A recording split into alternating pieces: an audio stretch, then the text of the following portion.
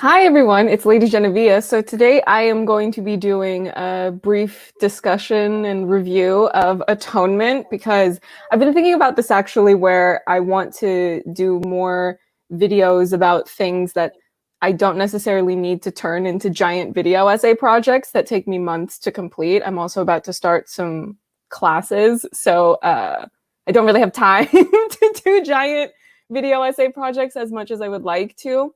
So I figured I would invite Andy back, and Andy had never seen Atonement before. Nope. She was quite shocked. People, just so people know, I'm very culturally uneducated. So like, there's good, listen, I have no problem going on record because on my podcast, the Flash podcast, like for 7 years, there's always an ongoing joke that, that's one of my hosts will mention a movie or a TV show I never watched. And I will sort of be like, hey guys, I will edit this out later, but what movie is this? Or like, I've never seen it before. So, and then, we get the funny reactions that we get. Atonement was something I hadn't seen before. And like, I thought it was like from the, 80s or 70s because, the film was a period piece, but 2007, not that long ago. Do you want to share just your first impressions as a first-time viewer? Because I saw this film when it first came out. Well, no, I mean, these are traditional movies that I see. I mean, nothing against this film, but like I got more into it the more than I thought I would. Listen, I mean, James McAvoy is an icon to me. So like, also seeing him with the baby face was just like, I need a moment here, but no, like it was extremely compelling, and I think it was very clever in a lot of ways that if I had seen it when it came in 2007, I would have picked up on. Like something I loved from the get go, the typewriter being like part of the score, because that's what next time I hear a typewriter, I'm gonna think about this movie because they did some really good beats with it. The only aspect that maybe didn't work so much for me, but that's because I just don't like wars in general, and it was just the idea of I guess we'll get into that later, but what happens to Robbie about that, but by the way, like it was really good, and I'm so glad you recommended it to me because also just seeing Keira Knightley again because it's been a while since I've seen her or something. The main reason that I wanted to pick this film is that I was already considering doing just a shorter review discussion video of it on my own, but I figured since I thought we were going to start this up that I would just pick it since it was already in my mind because I had rewatched it recently and I was thinking about how the general reaction, and you can see this if you go on Letterboxd and you go to the reviews, where everyone is really aggressive in demonizing Bryony for what she did. Now, I'm not excusing what she did, but it was really astonishing to me to think about how people watch the film and all of the emotional highs and lows. So they watch this film and their takeaway from it is that she's a horrible person. Everything is her fault. She deserves to be yelled at by the audience and to be punished for her entire life. And that really bothered me. And I thought that that was the completely wrong take to have about the film, because what we have happen is a very melodramatic tearing apart of a fairly privileged couple. I think James McAvoy's character is supposed to be a little bit lower if we talk about class ranking and how much money he has and what his background is. Ultimately, it's a child who has an overactive imagination, the worst thing a child could have, apparently, and has a misunderstanding, a misinterpretation of what she sees around her. And when you really break down the mechanics of what she thought was going on, she thought that there was some predatory guy trying to get at her sister, and she was not happy about that. Why is that a bad thing to have? Like, for all the conversations that we have nowadays about trying to get children to know that they're safe enough to, if something bad happens, they should be able to come forward. For the takeaway from the audience, or a significant portion of the audience, to go, oh, that child is so horrible, everything is her fault, she tore apart this happy couple that was together romantically for all of 5 minutes, or however long they were in the library for. Why is there not a larger conversation about the fact that there is a full-on predator going after an underage child in the movie? And when you go through, not to say that Letterboxd is an accurate litmus test of the entire audience that will ever see the film, but it's just, it's a sample. Like, if you're doing research, you take a sample of the population, because you're never going to be able to survey the entire population of whatever you're researching. Most of the comments are people, even if it's joking, really laying into, what is her name? Saoirse Ronan. I'm so sorry to the Irish people if I'm mispronouncing that name, where they're saying, oh, why didn't she get an Academy Award for her role in this film as the devil? And I get it, like, people are being hyperbolic as a joke, but genuinely it bothered me that the general consensus appears to be that people are blaming this child for making a big mistake. It was only from the best of intentions that bothered me, because Benedict Cumberbatch, what is his character's name? Paul Marshall, I think I wrote it down. Yeah, Paul Marshall. Paul Marshall is a very clear predator in this movie, and the way that it's filmed and directed and edited all together, they lay the groundwork of that so clearly. You have that scene of him meeting Juno Temple's character. He's grooming her. He's giving her chocolate. I don't even want to say what he says, but sorry. It's so gross. The main thesis that I wanted to address is the fact that everyone is wrong about Atonement, and that Bryony may have made a mistake, but to me, the real indictment here is of the general masses, that's their first reaction and that's their first takeaway, is to blame a small child, a little girl, for, in her mind, trying to stop a sexual predator. And meanwhile, there's an actual sexual predator in the film that, like, nobody is really giving him his fair share of the punches, the proverbial punches of the audience reaction. So that was really my main thing that I wanted to get to and address in talking about Atonement. Yeah, for me, it's interesting because at first, like, as I'm going through, when I was watching the film, like, that was my go-to opinion of, like, like, oh my god, there's this little child, like, that I'm just, like, you're so annoying. And I definitely don't think she's horrible. I think that's something people, like, need to lay off. That, I don't think she is. She didn't do it maliciously. She didn't set out to, I'm gonna destroy Robbie's life because I saw this one thing in the library with my sister, and I saw this letter that, oh my god, the letter, like, when he's standing there, I'm like, what's happening? Shouldn't he keep going to the dinner? And then, like, they come back to the letter, and then they pan over the desk, and the scene there, I'm like, no, why? I got up out of my chair. I'm like, why is this happening? And then, because listen, James McAvoy, one of his best talents is screaming someone's name, and, like, it just, because I could just feel like I'm in the field where she's running, and I just hear the Brian, and it was, yeah. But again, like, I definitely don't like her, but it's not for the reason that people are saying that, that she's horrible, she's terrible, she deserves everything, and so on. Paul is, first of all, if people, I mean, I haven't been on that side that you talked about, but if people are really not bringing up Paul as the clearly problematic character here, then yeah, I that's a huge issue to me, because, and, like, if people use the argument of, like, well, she married him, so obviously she wasn't that upset. Like, well, no, he still got away with a crime because she, in that moment when how old was he? 15, 16 years old? Like, it was something like that. Yeah, I mean, I think the implication is that she's supposed to be more or less a teenager, is what I derived from it. Yeah. Also just seeing Juno Temple so little, because, like, the last time I saw her was in Dark Knight Rises, and like, she definitely looks, grown up there or whatever. Brittany is not, she's not terrible. It is, but she's definitely, she definitely is a conflicting character to be understanding for, because like, by the end of the film, I don't feel much for her. I feel more for the couple. Again, even though they've only been in that world probably like 5-10 minutes. But also because Keira Knightley and James McAvoy were so great that I'm like, why am I so invested in this couple? I don't know anything about them. Yeah, no, I see what you're saying. But I definitely think that there's some validity in seeing Brittany as, a conflict here.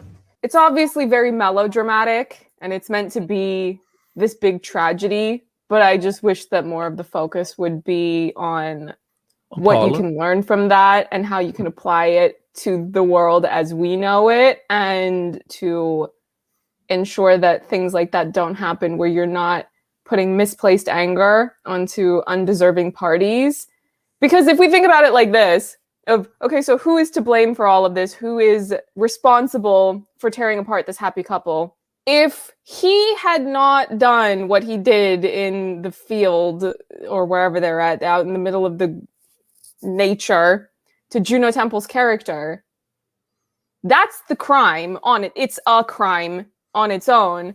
But then what happens is that they're trying to figure out who assaulted Juno Temple's character, whose name I don't remember. I should have written it down, but clearly I'm Lola. scatterbrained at the moment. But Lola. Right, Lola. So they're trying to figure out who assaulted Lola, and Bryony accuses the wrong person. But if Paul had not done that in the first place, then what, presumably, if we were to imagine what theoretically would have happened? Well, maybe she would have still been harping on this idea that what was happening in the library wasn't consensual, and that the letter is an indication of something way more nefarious than what it actually was. But it's perfectly within the realm of possibility that they could have clarified all of that to her, or they could have also taken the very old school upper class English route of just don't talk about it. Just bury it deep, let it eat you away, and then eventually you'll die from just not having talked about your feelings for your entire life. You know what I mean? Just that upper class English repressed feelings thing.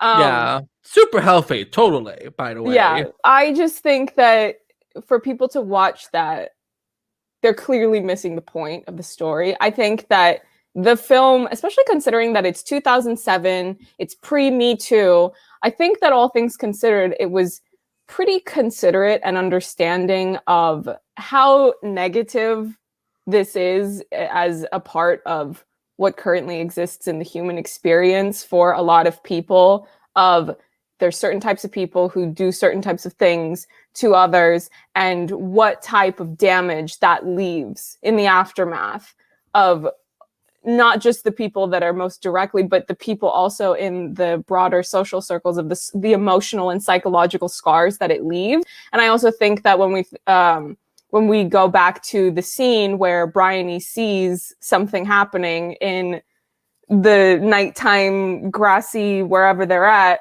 the fact that they don't really show you anything particularly graphic, I think that also indicates that they have an understanding that this is not something that you should have playing out and drawing it out, because that's super insensitive and exploitative. It's not necessary to make the emotional impact that you want to have when telling a story that has so much of that subject matter interwoven into the story's fabric. I would like for more people who bother to watch or rewatch that film to remember who the real villain of the story is. Yeah, I mean, because I mean, definitely, definitely Paul is, he is obviously like the main villain, and they don't really focus much on him, honestly. But I think that also, yeah, the other villain, I guess, is the lack of communication, and also the time period this film is taking place in. Because I think that back then, I mean, obviously I wasn't alive in the 1930s. I think that in that back then it was. I don't think investigations were done that well on SA. And I think that because again, we never see it from Robert's perspective. We only see that he gets arrested, and that suddenly it's 4 years later, and that he got released, but on the condition that he gets to serve in the army, which that's a dangerous prospect, because what if like there was an actual predator and like who gets that kind of punishment? Because like for me, like, yeah, okay, he's serving his country, but at the same time the victim, like, you know, it doesn't benefit the victim in that regard, because that's how dangerous this topic is, and how, you know, people who have to go through. Because again, like, I kept thinking, you know, well, what if like Robbie had actually done it? Like, what if he actually was the villain and like he gets to go to serve the army? That doesn't feel like a huge punishment to me. I feel like in a way that, you know, you basically get your freedom back, because like there's no parole officer, there's no supervisor following him and so on, because he was able to just go to the nurses that were, you know, they were where oh my god, now I'm forgetting the name, where Cecilia was working and so on, and like, you know, so obviously he had some freedom, but like imagine if like it had been an actual predator, like that would be upsetting. And I think a lot of people who have gone through, you know, something like that would probably see it too, because jail or execution is the only way to really punish someone. That was the main thing that I wanted to address. I don't want to make this overly long, but I did want to take a moment to highlight some of the technical merits of the film. You mentioned the typewriting. I do really like the way that you have that staccato, percussive typing, and it's interwoven into the editing, and it's very rhythmic, and it really enhances the overall impact of the way that they're jumping around from scene to scene, and they're creating a certain emotion and feeling in you as the viewer. And just the way the film plays with perspective, because you have a lot of it coming, well, technically it's more or less all coming from Bryony's perspective, because she's retelling the story, even though they elaborate later on at the end of the film of, okay, I verified everything, so I know that the stuff that I was saying was true, except at the end, I gave them a happy ending that they didn't actually get in real life. But when you're on the journey, particularly when you're watching it for the first time, it's really a fun way to go through what is not a particularly fun story of going through different people's point of view of what's happening and building you up to the big dramatic moments and beats of the story. So yeah, I really liked it. Also, everyone likes to hype up the 5-minute long take on the beach, which I do think is deserving of the hype, because just on a technical level, the difficulty of putting something like that together, whether it's an actual 5-minute long take or if you're just doing some trick editing to make long takes spliced together. I haven't done a deep dive into researching on it, so those are my main points of discussion and my notes related to the technical merits of the film. Yeah, I mean, you pretty much hit everything on there. I mean, especially with the typewriter, because there's, you know, there's that scene where the C word is typed out, and like at first, I mean, I know it was like, it's probably horrifying for a child to read it, but I could not stop laughing at how dramatic it was. It was like dun dun dun dun. And but you also have to remember it's a period piece. So when you think about how scandalous it would have been to just have that out in the open like that, it's a whole other thing in upper class society, mind you. Oh, yeah, scandal. Yeah, because Photoshop was not a thing back then. Like, there's no way it'd be like, oh, those receipts are fake. You know, that IG story, you know, story screenshot was just fake, and it was tampered with. So no, but again, like next time I hear a typewriter, I'm gonna be thinking of this movie, because then I was watching something else with a typewriter, and I'm like, atonement, and I see the C word, and I just hear James McAvoy bursting out his lungs into that field, and I'm like, why do I have this urge of wanting to get yelled at by James McAvoy? I don't know.